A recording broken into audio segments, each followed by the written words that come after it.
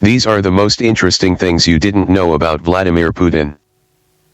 Russian President Vladimir Putin is not exactly an open book. Vladimir Putin may be one of the most influential people in the world. But despite appearing daily in headlines around the world, the president of Russia is pretty secretive about his life, his family, and his political background. In fact, the average American likely doesn't know exactly how Vladimir Putin ascended from poverty to the KGB to the presidency.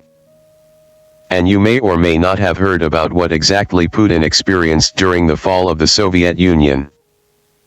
Number 1, Vladimir Putin's family lived in poverty. Think Vladimir Putin must have had a privileged upbringing? Think again.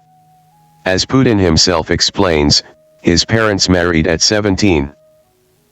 During World War II his father got drafted into the army.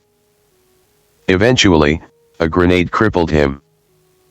He survived thanks to a friend who carried him miles across ice to a hospital. Putin's mother ended up trapped in Leningrad, the Soviet-era name for St. Petersburg, and almost starved to death during the 900-day Nazi siege. After the war, Putin's father worked at the Yegorov train car factory. His mother took jobs sweeping streets and washing test tubes. The family moved to a communal apartment shared with several families. They had no hot water and no bathtub. Their toilet ran smack up against a stair landing. Putin was born in October 1952. He recalls the apartment as cold, crowded and infested with rats. Putin and his friends learned to chase those rats with sticks. Number 2, Vladimir Putin was his parents' third son, but the only one to survive beyond early childhood. Vladimir Putin doesn't talk about it a lot. But his family suffered several losses before and during the siege of Leningrad. As the New York Times reports, Putin's parents had 2 sons before Vladimir came along in the 1950s. But both of those boys died in early childhood. During the siege, Putin's 1-year-old brother was taken from his mother. The boy died in a children's home, and he was buried in an unmarked grave. My parents told me that children were taken from their families in 1941, and my mother had a child taken from her with the goal of saving him, Putin explained. They said he had died, but they never said where he was buried. And that lost son wasn't the couple's first. The Times notes that the first Putin son died in infancy. Number 3, Putin didn't exactly make a model student. The Los Angeles Times reports that according to Putin's teachers, he was selected in the 9th grade to attend Leningrad School No. 281. The school accepted only the city's brightest students. But Vladimir Putin hadn't always behaved like a model student. According to ABC News, a Russian tabloid claimed to have found Vladimir Putin's grad book, and it shed some light on his behavior in school. The book reportedly revealed that at 11 years old, Vladimir Putin threw chalkboard erasers at the children, according to one teacher. Another teacher added that he didn't do his math homework. Still others added that a young Putin behaved badly during singing class and talks in class. He also got caught passing notes. Putin fought with a gym teacher, who punished him for forgetting his uniform. He even got into a fight with an older student on one occasion. Number 4, his father worked for the agency that came before the KGB. The Los Angeles Times reports that, according to Vladimir Putin, his paternal grandfather worked as a cook for Lenin and then for Stalin. As the paper notes, it is unlikely that he would have had such a job without being part of the state security apparatus. Putin's father, Vladimir, served in the NKVD, the predecessor of the KGB as the security agency for the Soviet Union. So, unsurprisingly, Putin became interested in a career with the KGB during the 9th grade. My impressions of the KGB were based on romantic stories about spies, Putin later said, admitting he had read a novel about a spy in Germany. he went uninvited to the KGB's Leningrad office. There, an agent advised him that the KGB didn't take anyone who volunteered, only those it selected. Putin asked how he could prepare himself. So the agent suggested law school, a path that Putin would pursue. Number 5. Putin represents the third generation of his family to serve communist leadership or secret police. During his final year studying law at Leningrad State University, Putin received a job offer from the KGB. After graduating, he began working in counterintelligence. The Los Angeles Times reports that Putin studied in Moscow at the KGB's Foreign Intelligence Institute. There, he enrolled under the pseudonym Platov. He learned German. And he also earned a black belt in judo, a martial art he had practiced as a teenager. In 1985, the KGB sent Putin to Dresden in East Germany. Putin later said that he mainly spied on member nations of the North Atlantic Treaty Organization.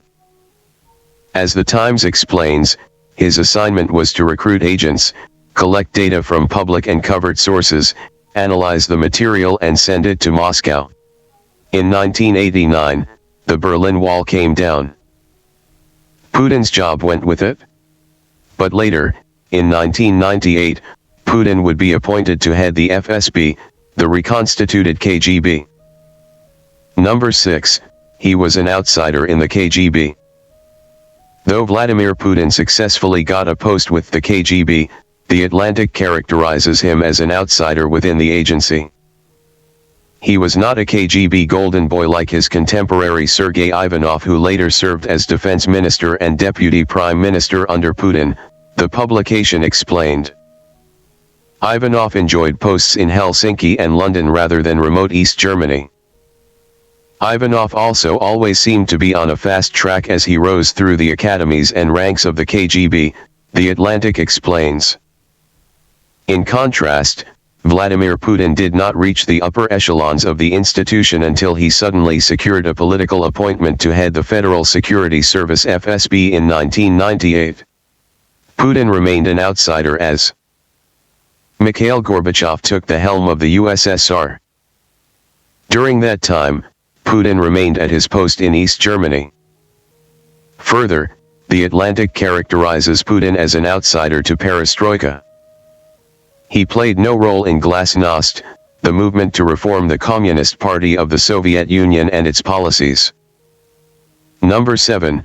Putin became deputy mayor of Russia's crime capital.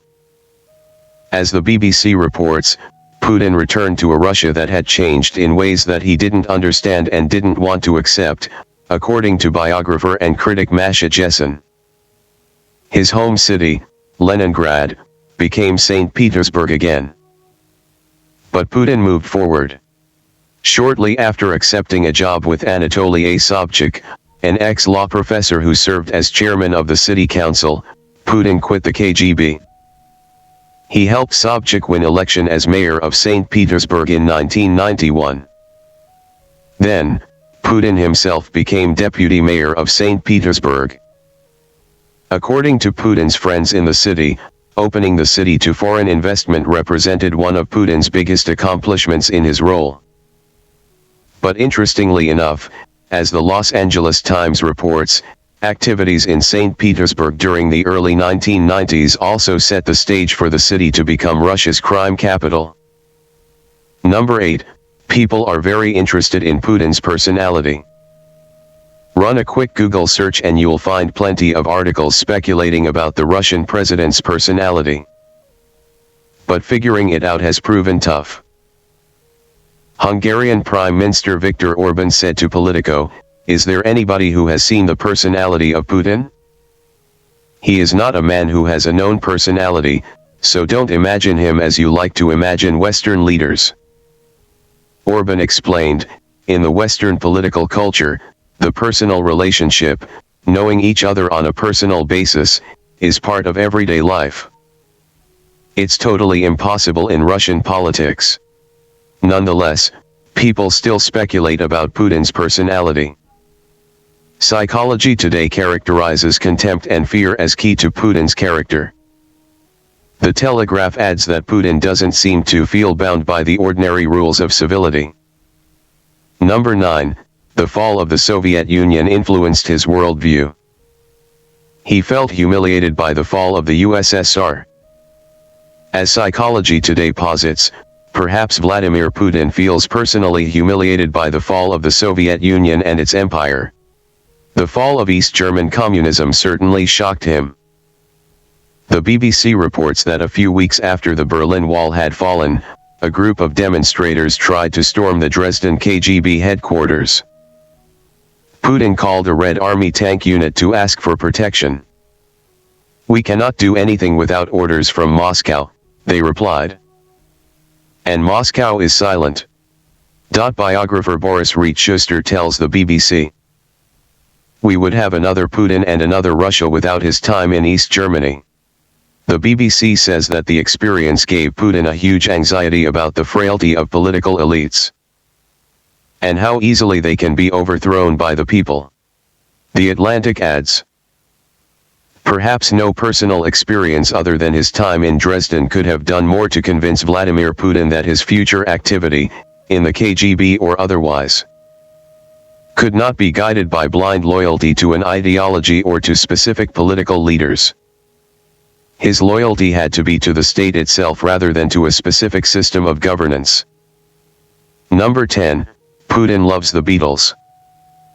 You might not have much in common with Vladimir Putin, but if you love the Beatles, that's one thing. As The Guardian reports, a photographer sent to take a portrait of Putin for Time magazine's Person of the Year edition in 2007 got that information out of the Russian politician. Platon, the photographer, explains that in order to break the ice, he said to Putin, "I'm a big Beatles fan. Are you?" Platon recounts what happened next.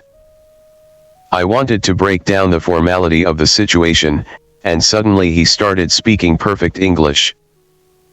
'I love the Beatles,' he said. I asked him what his favorite song was, and he said Yesterday. So I put my arm around him and shook his hand again, although I later found out that it is illegal to touch Putin past the wrist. He was cool with that, though. He was fine." Number 11. He has a vacation house in the middle of a dark Gothic forest. He likes to vacation in privacy. The same photographer, Platon, told The Guardian about Putin's dacha, or country house. That's where he took Putin's portrait for Time. The photographer characterized the vacation home as located in the middle of a dark Gothic forest outside Moscow. He said that when arrived at the dacha, there were snipers everywhere and 3 or 4 feet of snow. It was like a scene from a Cold War movie. The Atlantic reports that Putin built his dacha in this locale not long after he returned to St. Petersburg from his KGB service in Dresden, East Germany. However, it had burned down in 1996. He had a new one built identical to the original and was joined by a group of 7 friends who built dachas beside his. In the fall of 1996, the group of friends formally registered their fraternity. They called it Ozero, which means lake, and turned it into a gated community. Number 12. The Russian president loves animals. He loves animals but also hunting. The Washington Post characterizes Vladimir Putin as a renowned animal lover. Putin owns a number of pet dogs, and he apparently loves being photographed with different animals. The Post explains that Putin has posed with a huge variety of animals, from polar bears to dolphins and many in between. Jan Kubik, chair at the Department of Political Science at Rutgers University, tells the Post that you can interpret these photos in different ways.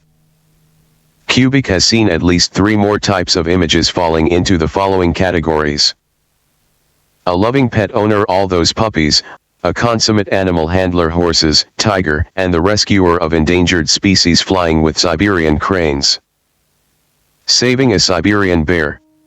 These photos convey various messages. Nonetheless, Putin seems to be both an animal lover and a hunter. Interpret that as you will. Number 13, Putin is divorced. The couple reportedly divorced in 2013. Vladimir Putin married his wife, Lyudmila Shkrebneva, in 1983. The couple had 2 daughters, Maria and Katerina. But in 2013, Putin told the press that he and his wife had decided to divorce, according to The New Yorker. The publication characterized the scene as obviously staged, occurring as it did as the couple left the ballet. Putin told press at the time, "We practically don't see each other.